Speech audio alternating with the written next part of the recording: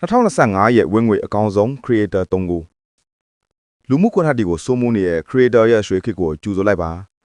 creator economy လို့ခေါ်တဲ့ဒီစီးပွားရေးလောကထဲမှာသူတို့တွေဟာတန်းနဲ့ချီပြီး share တွေရရှိနေကြပါပြီဒီနေ့မှာရောဘသူတွေကထိဆုံးကိုရောက်နေကြတာလဲ Forbes ရဲ့2025ခုနှစ်အကြွယ်ဝဆုံး creator 50ဦးစင်ရင်အရသူတို့ရဲ့စုစုပေါင်းဝင်ငွေဟာဒေါ်လာ853တန်းအထိရှိလာခဲ့ပါပြီဒါက2024ခုနှစ်ကထက် 18.8% ပိုများတဲ့ပမာဏပါဒီလောက်ဆိုသူတို့ရဲ့ဩဇာကဘယ်လောက်ကြီးမားလဲဆိုတာသိတာပါတယ်နံပါတ်1နေရာမှာတော့ဘယ်သူမှအံ့ဩမှမဟုတ်တဲ့နာမည်ကြီး Mr. Beast ပါပဲသူဟာဒီနှစ်မှာဒေါ်လာ85တန်းဝင်ငွေရရှိပြီးစုစုပေါင်းပရိသတ်634တန်းနဲ့လူမှုကွန်ရက်ပေါ်မှာ follower အများဆုံးပုဂ္ဂိုလ်ဖြစ်ရည်နေစေပါသူ့ရဲ့အောင်မြင်မှုက YouTube ကနေကျော်လွန်ပြီး chocolate အမတ်တစိတ်တစ်ခုဖြစ်တဲ့ Feastables အမြန်စားဆိုင် Mr. Beast ဘာသာတို့ကိုထောင်ခဲ့ပြီးအခုဆို Amazon Prime မှာ Beast Game Show ဟူရာသီနှစ်သက်တမ်းထပ်မံရရှိထားပါတယ်။ဒါဟာ creator တယောက်ရဲ့အိမ်မက်တွေဘယ်လောက်ကြီးကျယ်နိုင်လဲဆိုတာကိုပြနေတဲ့တားတကပါပဲ။နံပါတ်2နေရာမှာတော့ Darman ရှိပါတယ်။သူဟာ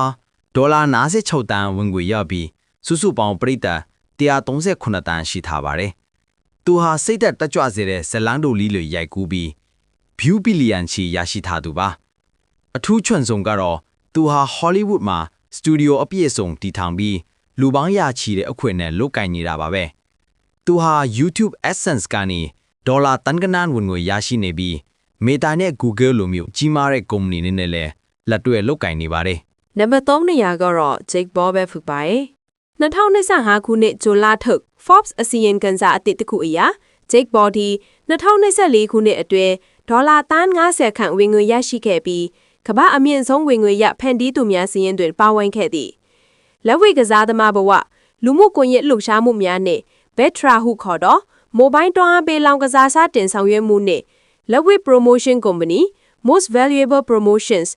MVP ကဲ့သို့သောစီးပွားရေးလုပ်ငန်းများစုစည်းမှုတို့မှ၎င်း၏ဝင်ငွေအများစုကိုရရှိခဲ့ခြင်းဖြစ်ပါသည်